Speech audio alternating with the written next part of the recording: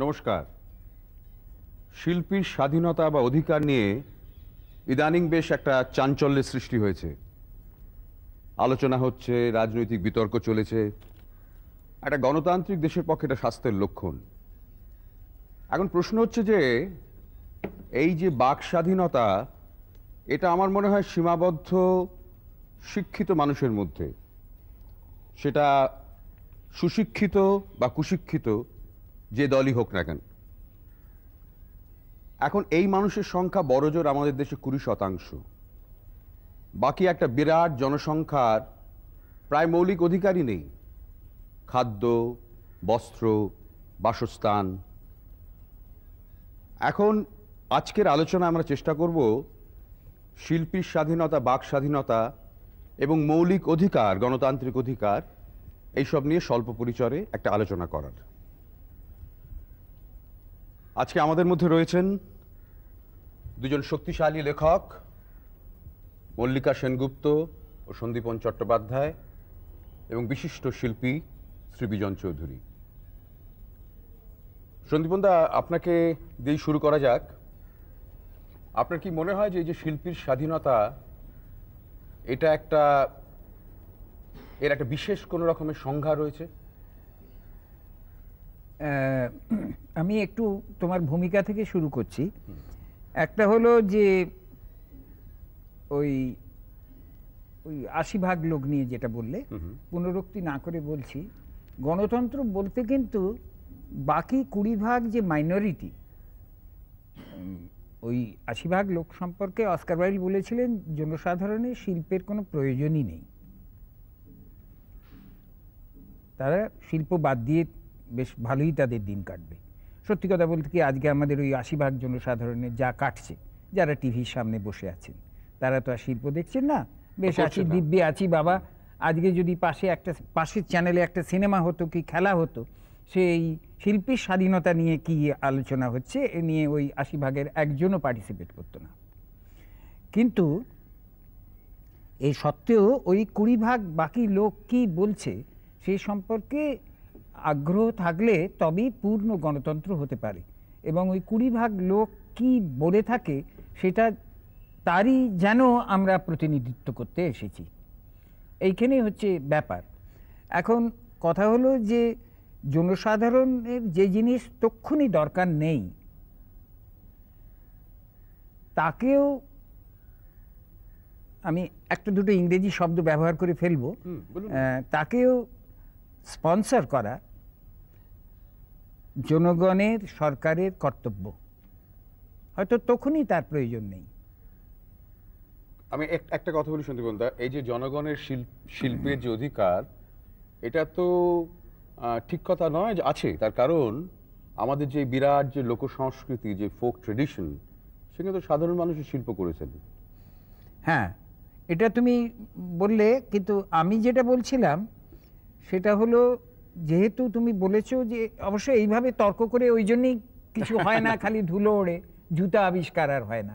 কারণ প্রত্যেকটি কথারই একটা কাউন্টার পয়েন্ট। আমি কিছু যে শেষ কথা বলিনি এটা ঠিকই, তবে আমি আবার বলছি যে গণতন্ত্র তখনই বোঝাবে যখন মাইনরিটিকে সেই গণতন্ত্র সমর্থন করবে। এটা এই জন্যই বলছি যে ভোটে জেতা সরকারের কতকগুলো সীমাবদ্ধতা থাকে। সেটা হচ্ছে জনগণকে ক্রমাগত সন্তুষ্ট করে যাওয়া, সীমাবদ্ধতা থাকে জনগণ, এটা একটা লক্ষ্য করার বিষয়। ফলে এর দ্বারা শুধু ফ্যাসিজমের সময়ই যে সংস্কৃতি বিপন্ন হয় তা নয়, জনগণকে করতে গিয়ে, সন্তুষ্ট করতে গিয়ে গণতান্ত্রিক সরকার তারাও শিল্পকে বিপন্ন করে ফেলে। এইটা ছিল আমার আজ একটু আগে বলার কথা। আচ্ছা বিজনদা, আপনাকে প্রশ্ন করি যে সন্দীপনদা যে কথাটা বললেন, এই যে সবসময় একটা শিল্প বিপন্ন হওয়ার সম্ভাবনা রয়েছে, সেটা কেন হয়? আপনার কি মত? আমার প্রথম একটা কথা সন্দীপনের, সেটা হচ্ছে গিয়ে যে 80% লোক, তাদের কিন্তু একটা সাংস্কৃতিক সম্ভোগ আছে। অর্থাৎ তারা তার আচরিত অবস্থানে, সামাজিক অবস্থানে অনুশাসিত অনেক শিল্প অনেক সময় হয়, আবার তার একটা ইনফিউশন ঘটে সমাজে, তার কিছু কিছু ভগ্নাংশ সমাজে ছড়িয়ে পড়ে। তাতে সাধারণ মানুষের কিন্তু একটা সম্ভোগ একটা বহতা ধারাতে হয়ে থাকে, এবং যার জন্য আমরা তার মধ্যে একটা সারল্য পাই, কত কোনো মূল্যবোধ পাই, কত কোনো উচ্চ মানবিক অবস্থান পাই। হ্যাঁ, না আমি আমি কোনো কন্ট্রাডিক্ট করছি না, আমার এই হচ্ছে কথা। আর একটা কথা হচ্ছে গিয়ে যে ভোটে ইলেক্টেড যারা আসছে তারা যে জনগণকে সন্তুষ্ট করতে চাইছে এটাও সঠিক নয়।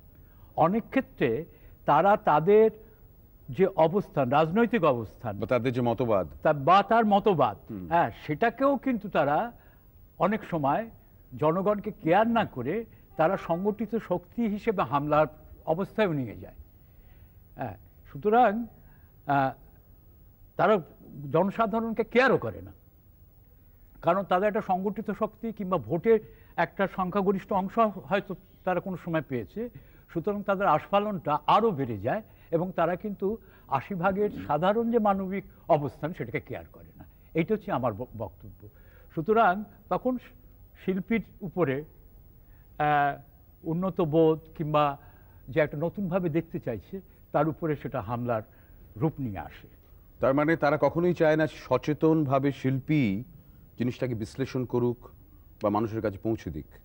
হ্যাঁ, তার কারণ তারা তো তাদের রাজনৈতিক কিংবা তাদের সংগঠিত যে বিশ্বাস, জানিয়ে তারা ক্ষমতায় এসছে, তারা সেই ক্ষমতাটাকে ব্যবহার করতে চায় এবং সেটা কিন্তু অনেক সময় সাংঘাতিক হামলার জায়গা। এটা আমরা ইতিহাসে বিভিন্ন সময় বিভিন্ন দেশেই দেখেছি যে সেটা এমন অবস্থা হয় যে সেটা আর নতুন সম্ভাবনাকে শুধু বিনষ্ট করে না, প্রচুর সম্ভাবনা সৃষ্টিকারী যে সমস্ত প্রতিভা দেখা গেছে, হ্যাঁ, তাদের বিনাশ হয়েছে। মানে তার মানে বোঝা যাচ্ছে যখনই কোনো মানুষ বা কোনো শিল্পী নতুন কিছু আনতে চেয়েছেন তিনি বাধাপ্রাপ্ত হয়েছেন। হয়তো এটা শুরু হয়েছিল যবে বলা হয়েছে যে না পৃথিবী সূর্যের চারিদিকে ঘুরছে, সেখান থেকে তো বাধা কন্ট্রাডিক্ট করেছিলেন যেহেতু। তা মল্লিকা কি মনে হয় যে তার মানে একজন শিল্পীকে কি সবসময় এই রাজনৈতিক ঘটনাবলীর কথা মাথায় রেখে শিল্প সৃষ্টি করতে হবে একটা গণতান্ত্রিক দেশে? নিশ্চয়ই না, কিন্তু আমি আরেকটু আগে থেকে টেনে বলি যে অনেক সময় কিন্তু আমরা এরকমও দেখি যে রাজনৈতিক দলগুলো এমনভাবে এই হামলা বা আন্দোলন বা প্রতিরোধ সংগঠিত করেন যে বলা হয় যে জনগণই প্রতিবাদ করছে, জনগণই প্রতিরোধ করছে। যেমন ধরুন নেতাজি প্রেমপত্র লিখেছিলেন কিনা এটা নিয়ে জনগণ হঠাৎ ক্ষেপে উঠল, বা কার্গিল যুদ্ধের সময় ভারত পাকিস্তান সম্প্রীতির কথা বললে জনগণ ক্ষেপে উঠছিল। এগুলো আমাদের বুদ্ধিজীবীদের অনেকেরই এই অভিজ্ঞতা আছে। ঠিক একই রকমভাবে ওয়াটার নিয়ে যখন শুটিং হচ্ছে তখন জনগণ আত্মাহুতি দিতে যাচ্ছে গঙ্গায় ঝাঁপ দিয়ে বা আগুনে পুড়ে।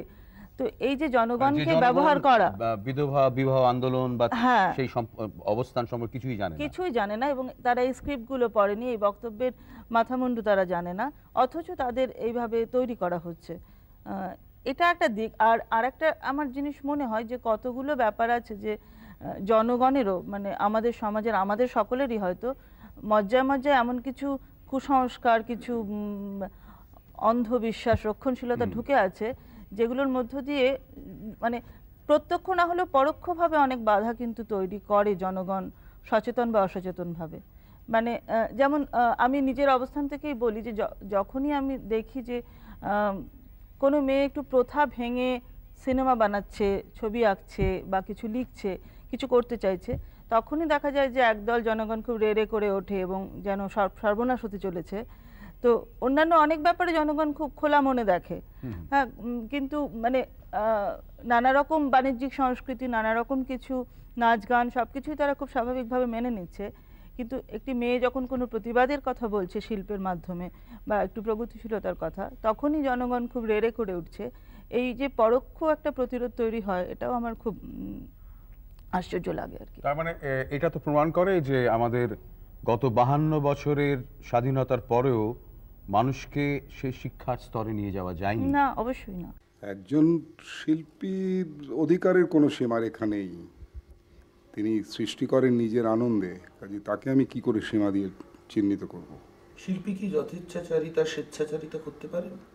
শিল্পী অবশ্যই পারেন, তবে যে কোনো দেশের তার সামাজিক পরিপ্রেক্ষিত বিবেচনা করে আমাদের তো কিছু বিধিনিষেধ থাকে যে কতখানি আমরা তাকে সেই স্বাধীনতা দিতে পারি। যেমন ফিল্মের ক্ষেত্রে সেন্সর বোর্ড, এ ধরনের তো নিয়ন্ত্রণ করার একটা ব্যবস্থা পৃথিবীর প্রায় সব দেশেই আছে। সেটা কি আপনি সমর্থন করেন?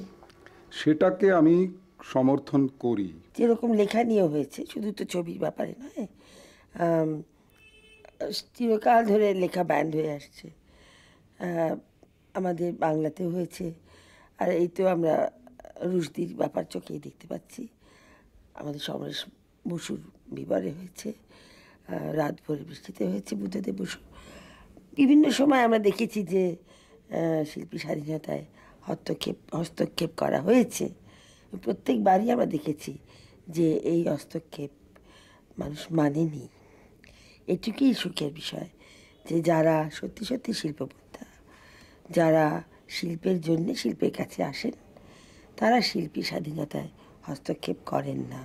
যারা করেন তাদের উদ্দেশ্য শিল্প নয়, শিল্প বহির্ভূত আরও কোনো কারণ, এবং সাধারণত সেটা রাজনীতির কারণ।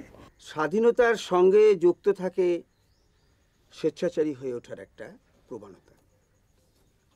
অর্থাৎ সকলেই আমরা চাই স্বাধীনভাবে বাঁচতে, কিন্তু আমরা দেখতে পাই যে একজনের স্বাধীনতার যে আকাঙ্ক্ষার তীব্রতা, সেটা দিয়ে সে অন্যকে অনেক সময় খুব আঘাত করে, অন্যের স্বাধীনতা মানে হরণ করে, আহত করে স্বাধীনতাকে। এক্ষেত্রে আমাদের সবসময়ই খুব সংযমী ভূমিকা দিতে হওয়া উচিত, যে আমি ততটা পর্যন্তই যাব যতটা পর্যন্ত আমার প্রতিবেশী বা আমার সামাজিক মানুষ যাদের সঙ্গে আমি থাকি, উঠবস করি, এই যে বিরাট সংসারের মানুষ, তারা যাতে আমার কোনো কাজ ও চিন্তার দ্বারা খুব বেশি ক্ষতিগ্রস্ত বা আহত না হয়। আবার আলোচনায় ফেরা যাক, যেটা নিয়ে কথা হচ্ছিল যে এই স্বাধীনতার প্রায় 53 বছর হয়ে গেল, এখনো বোধহয় মানুষকে আমরা প্রকৃত শিক্ষা দিতে পারিনি। তার ফলেই তাদের উস্কে দেওয়া হচ্ছে বিভিন্ন জায়গায়। তারা কি জেনে করছে না খানিকটা অজান্তে করছে? যেরকম কলকাতাতে আমাদের অভিজ্ঞতা রয়েছে, সন্দীপনদা নিশ্চয় মনে আছে যে আমাদের ওই যখন রোলান্ড জোফে শুটিং করতে এসেছিল, তখন একটা অশান্তি হয়েছিল। সবসময় দেখা যাচ্ছে সিনেমা ঘিরে হচ্ছে, অন্যান্য প্রসঙ্গে আমার পরে আসছি। তখনও কি সকলে বুঝে করেছিল আপনার মনে হয়? হ্যাঁ, তখন যে এটা ছিল তার সঙ্গে এখন যা হচ্ছে তার অনেক তফাৎ। তখন যেটা আমরা ভেবেছিলাম, আমি, প্রকাশ কর্মকার, অমিতাভ দাশগুপ্ত, এরা গ্র্যান্ড হোটেলের সামনে গিয়ে সকালে পোস্টার নিয়ে, প্রকাশের ছবি নিয়ে দাঁড়িয়েছিলাম। ওরা তো আমাদের সামনে দিয়েই বেরিয়ে গেল, আমরা তো ওদের আটকাইনি। এবং তখন ওরা যে সিটি অফ জয়, ওদের আহ্লাদের শহর তৈরি করেছিল, সেই শহরটা যদি তখন সত্যিই মানে শাসক দল যদি মনে করতো যে সেটা করতে দেবে না, তারা তো সেটার ওপর দিয়ে তাদের ক্যাডারদের বললে তারা শুধু হেঁটে গেলেই সেটা তো গুঁড়িয়ে যেত। তা তো করা হয়নি, প্রতিবাদ করা হয়েছিল সব জায়গায়। এবং যাতে তখন সংস্কৃতিমন্ত্রী বলতেন যে আমরা জনসাধারণের খালি সচেতনতা বাড়াবো, এইখানেই আমাদের কাজ থেমে যাবে, বাকিটা শিল্পী। কিন্তু আমার মনে হয় যে রোনাল্ড জফের এখানকার পিলখানা, এখানকার রিক্সাওয়ালাদের জীবন নিয়ে ছবি তোলার কোনো অধিকারই নেই। কারণ এই বাস্তবতা, এবং একথা আমি বলছি এই কথা ভেবে যে অভিজ্ঞতা কীরকম বলতে গিয়ে বেরটোল্ড ব্রেস্ট বলেছিলেন এক জায়গায় যে ব্ল্যাক ফরেস্ট কীরকম ওটা আমাকে শিখিও না। কারণ আমি যখন মার পেটে, মা তখন ব্ল্যাক ফরেস্ট পেরিয়ে শহরে কাজ করতে এসেছিল। অবশ্য এতেই যে জানা যাবে এভাবে জন্মালে, কথা আমি বলছি না। প্রথম কথা হচ্ছে কি যে আমরা তো শ্রেণী সংগ্রামের কথা বলি, একটা ক্যাপিটালিস্ট ডেভেলপমেন্ট, শ্রমিক শ্রেণী তৈরি হওয়া, তার সারপ্লাস তৈরি করা এবং একটা প্রোলেটারিয়েট তৈরি করা। এর সঙ্গে ইউরোপের টোটাল ডেভেলপমেন্টের যে মানে অবস্থান, সংস্কৃতিগত অবস্থান, উৎপাদন সম্পর্কগত অবস্থান, আমাদের এখানে জাতপাত একটা সম্পর্ক। শোনো, না না আমার কথাটা বলতে দাও, তুমি একটু চুপ করো। জাতপাত নিয়ে প্রথমত এই কথাটা আমার এখানে এখনো বলা হয়নি। না না আমার কথাটা বলতে দাও, যে যা আমরা নানান রকম কথা বলেছি, হ্যাঁ, কিন্তু আমার সমস্ত প্রবাহের মধ্যে যে মানুষের ভাগাভাগি জাত নিয়ে এবং ধর্ম নিয়ে, হ্যাঁ, সমস্ত সংগ্রামের ক্ষেত্রে একটা মানবিক অবস্থানে থাকতে হতে পারে। রেনেসান্সের কোনো মুভমেন্ট কিন্তু সেইভাবে জাতপাতের ঊর্ধ্বে উঠে গভীরে সমাজে যায়নি। আমার শুধু বামপন্থী আন্দোলনও যায়নি, না না সেই, এবং তার ফলশ্রুতিতে বামপন্থী আন্দোলন যায়নি, তাও ধরে নিলাম। সুতরাং আমাদের কাছে যখন জাতপাত এবং এই ধরনের সংস্কারের নিয়ে প্রশ্নগুলো আসে না, সাধারণ মানুষের কাছে সঠিকভাবে একটা জায়গা আমরা রাখতে পারছি না। না, সংস্কার নিয়ে তো আমরা সচেতন, আমরা চেষ্টা করছি আলোচনা করতে, আমরা চেষ্টা করছি সেই নিয়ে শিল্প সৃষ্টি করতে, কিন্তু আমরা কি চাপিয়ে দিচ্ছি না? আমি বলছি, ধরুন আমাদের আদিবাসীদের যে সংস্কৃতি, তার সঙ্গে আমাদের কোনো সম্পর্ক নেই। আপনি আমাকে একটা দারুণ গল্প বলেছিলেন যে একটা সিট অ্যান্ড ড্র কম্পিটিশনে পুরুলিয়াতে গিয়ে সেখানে বলা হয়েছিল যে একটা পুকুর আঁকতে, গ্রাম আঁকতে, এবং চারিদিকে তাল গাছ। তা আপনি বলুন গল্পটা। হ্যাঁ, গল্পটা হচ্ছে গিয়ে যে গ্রাম আঁকতে বলা হয়েছে, তোমার গ্রাম, সে একটা পুকুর এঁকেছে, তাল গাছ এঁকেছে, তাল গাছগুলো শোয়া শোয়া। তা আমাদের তো শিক্ষিত মন, আর্ট কলেজের শিক্ষা, আমরা বললাম যে তাল গাছগুলো শুয়ে রয়েছে কেন? আমাদের গ্রেকো রোমান ধারণা, আমাদের হচ্ছে গিয়ে ওই পার্সপেক্টিভের ধারণা, যেটা রেনেসান্সরা ইউরোপে দিয়েছে, যে ক্রমশ ছোট হয়ে হয়ে হরাইজনে মিটে যাবে। সে বললো না, আমার তো দাঁড়িয়ে আছে। সে কিন্তু দেখছে দাঁড়িয়ে আছে, হ্যাঁ, কারণ সে যেভাবে দেয়াল চিত্রিত করে, তার রিয়েলিটি হচ্ছে গিয়ে তার শিল্প সম্ভব যে তার ট্র্যাডিশনালি করে আসছে তাই দিয়ে, সেইটাই তার শিল্প ভাষা, সে সেইভাবে সম্ভব করে। আমরা তো সেটাকে সম্মান করতে হবে। তুমি গুহা চিত্রে চলে গেলে সেখানে তো প্রিমিটিভদের আরো স্বাধীনতা পাবে। যেমন গুহা চিত্রে কোনো নারীকে দেখা যাবে একটা তার স্তন দেখা যাচ্ছে আর আরেকটা হচ্ছে পাঁজরা, কারণ সে পেছনটা কি করে আঁকতে হয় জানে না, তখন শেখেনি। না, আমি বলছি না, আমি একটু সম্ভোগের জায়গা, এইটাই তার কালচার, মানে সংস্কৃতি তৈরি হচ্ছে, সেইভাবে সে শিল্প সম্ভব। আরেকটা প্রশ্ন আছে, আমার একটা কথা শোনো, এটা আমার সত্যিই বলার ইচ্ছে। ধরুন কিছু ক্ষেত্রে যে ছবিটা তৈরি হয়নি, এই ওয়াটার ছবি যেরকম, এইটা নিয়ে ছবিটা তৈরি হওয়ার আগেই বিতর্ক সৃষ্টি হয়ে ছবিটাকে কিছু ফান্ডামেন্টালিস্টরা বন্ধ করে দেওয়ার চেষ্টা করছেন। এই বিষয়ে আপনার কি অভিমত? এটা তো খুবই উদ্দেশ্য প্রণোদিত, এটা তো হতেই পারে না যে একটা তৈরি হয়নি যে একটা বিষয়, তাকে আমি কি করে বন্ধ করে দেবো। এটা তৈরি হওয়ার পরে আমাদের সেন্সর বোর্ড দেখে অনুমোদন করার পরে তবেই ছবিটি দেখানোর ছাড়পত্র পায়। আপনি যখন সিটি অফ জয় এই ছবিটি শুটিং হচ্ছিল, তখন আপনি পুলিশ প্রশাসনে ছিলেন। তখন কলকাতা শহরে সিটি অফ জয়ের বহু বাধা বিপত্তি সম্মুখীন করতে হয়, রাজ্য সরকারের থেকেও কোনো সহযোগিতা ছিল না। সেই প্রেক্ষাপটে আপনি নিজে অস্বস্তিতে পড়েছিলেন কি? খুবই, কারণ আমার কাছে এটা খুব হাস্যকর মনে হচ্ছিল। সিটি অফ জয় বইটা তার আগেই আমি পড়েও ছিলাম। বইটা যে খুব ভালো বই লেখা হয়েছে তাও নয়, আবার বইয়ের মধ্যে কিছু কিছু অংশ খুবই ভালো বলে মনে হয়েছিল, যেমন কলকাতাকে একটা ধরার ব্যাপার ছিল। কিন্তু সেটা নিয়ে একটা ফিল্ম করছেন, তাতে যে কারণেই হোক, যেভাবেই হোক না কেন, সেটাকে করার সময় একটা বাধা সৃষ্টি করাটা আমার কাছে খুবই অনৈতিক এবং একটা অবাঞ্ছিত হস্তক্ষেপ বলেই মনে হয়েছিল। আমরা এই স্বাধীনতায় বিশ্বাস করি। শুধু তাই নয়, তুমি যে স্বাধীনতার কথা বলছো বিজন, দেখো সেই স্বাধীনতার মধ্যে স্বাধীনতা বিসর্জন দেওয়ার স্বাধীনতাও পড়ে। স্বাধীনতার কথা যদি বলো, সেখানে মানবতা বিরোধী কাজ করাও বোঝায়। একটা বিজ্ঞানী যে অণু পরমাণু ভাঙতে যাচ্ছে, সে মানুষের ভালো হবে কি মন্দ হবে ভাবছে নাকি? তাহলে অণুটা ভাঙতো। সেখানে তো বিজ্ঞানী সৃষ্টি করছে, কিন্তু তারপরে যে শাসন ব্যবস্থা সেটাকে কিভাবে ব্যবহার করছে, এইটাই তো আসলে হচ্ছে ব্যাপার। আসলে হচ্ছে কি, সমস্ত সময় মানুষটা বড়। আমরা যদি আজকের যে আলোচনার কন্টেক্সট হচ্ছে সমাজ, মানুষ, মানুষের যে বিশাল সমষ্টি, কেমন, অর্থাৎ আমার সমস্ত চেষ্টা, সমস্ত স্বীকৃতি কার জন্য, এইটা যদি ডিটারমাইন্ড হয়, তখন কোনটা ক্ষতিকারক আর কোনটা মানুষকে ক্ষতিকারক নয়, এটা কিন্তু আমি ঠিক এই কথাই বললাম। শিল্পী কখনোই মানুষের পক্ষে ক্ষতিকারক কোনো কাজ করবে না, এবং কোনো শিল্পীকে কখনো কমিউনিস্ট হতে হয় না, কারণ যে কোনো শিল্পী আদি সাম্যবাদী সমাজে আগে থেকে রয়েছে। কোনো শিল্পী বিজেপি শিল্পী হতে পারে না, আমি এটা জানি, হতেই পারে না, কারণ শিল্পী মানুষের ভালো চাইবেই। ভালো কথা। সেখানেই তো মুশকিল, সেখানে রাজনৈতিক একটা মোড়কে জড়িয়ে ফেলা হচ্ছে, মোড়কে জড়িয়ে ফেলা। এটাই সেটাও সংকীর্ণতা, খুবই সে তো সংকীর্ণতা। বাল্মীকিও তো যখন রামায়ণ লিখেছিলেন ভাবেননি যে রামকে নিয়ে এরকম রাজনীতি হবে। সে তো বটেই। সেই তো। আচ্ছা, মল্লিকাকে একটা কথা জিজ্ঞাসা করি, সেটা হলো যে আমরা বারবার দেখছি যে মেয়েরা যখন কিছু লিখতে যাচ্ছে তাদের কথা, যেমন তসলিমা, মেয়েরা যখন ফিল্ম তুলতে যাচ্ছে, যেমন মীরা নায়ার থেকে আজকে দীপা মেহতা, মাঝে অপর্ণা সেন। অপর্ণা সেনের ক্ষেত্রে বাংলাদেশ বলে অতটা না হলেও অন্য সব ক্ষেত্রে আমাদের দেখছি গেল গেল রে বলে যারা মেয়েদের বেশ্যা বানিয়েছিল তারাই রে রে করে তেড়ে আসছে এবং এই নিয়ে ছবি তুলতে দিচ্ছে না। হ্যাঁ, এর মধ্যে তো একটা প্রচণ্ড ভণ্ডামি আছে, একটা অশিক্ষা অনভ্যাসও আছে।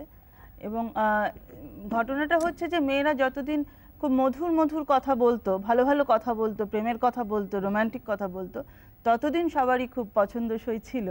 যে মুহূর্তে মেয়েরা ডোমেস্টিক ভায়োলেন্সের কথা বলতে শুরু করেছে, যে মুহূর্তে মেয়েরা তাদের যৌন চাহিদার কথা বলতে শুরু করেছে, বা যে মুহূর্তে তারা যৌন অবদমনের কথা বলতে শুরু করেছে, বা যে মুহূর্তে তারা বেশ্যাদের অন্তর্বেদনার কথা বলতে শুরু করেছে, তখনই দেখা যাচ্ছে গেল গেল রব উঠছে, যেন এই সমস্ত কিছুই নেই, যেন কাশীতে কোনো বিধবা বেশ্যা হয়নি। মানে সামাজিক বিধান এতদিনের হ্যাঁ। যেটা, সেটা যখন সতীত্ব নারীত্ব পতিত্ব মেয়েদের আপত্তি করতে এবং দেবে না। সংস্কৃতির সমস্ত কিছু সম্মান আর মর্যাদা যেন মেয়েদের ঘোমটা পরিয়ে বোরখা পরিয়ে রাখলেই টিকে থাকবে, এটা তো চূড়ান্ত ভণ্ডামি। আমরা যা করেছি তার সমালোচনা আমরা করব, তোমরা কে এই গোছের, তোমরা সেটাই। ফিল্ম তোলারই বাকি। সেইটাই। মানে আসলে মৌলিক অধিকার বা শিল্পীর স্বাধীনতা এটা কোনো বিচ্ছিন্ন ব্যাপার নয়। এখানে নারী পুরুষ, অল্প শতাংশ মানুষ, সংখ্যাগরিষ্ঠ মানুষ, এদের সবাইকে নিয়ে এটা বিষয়। এই বিষয়ে অত্যন্ত ব্যাপকতা রয়েছে এবং পরবর্তীকালে এটা নিয়ে আবার আলোচনা করার ইচ্ছে রইল আমাদের। নমস্কার।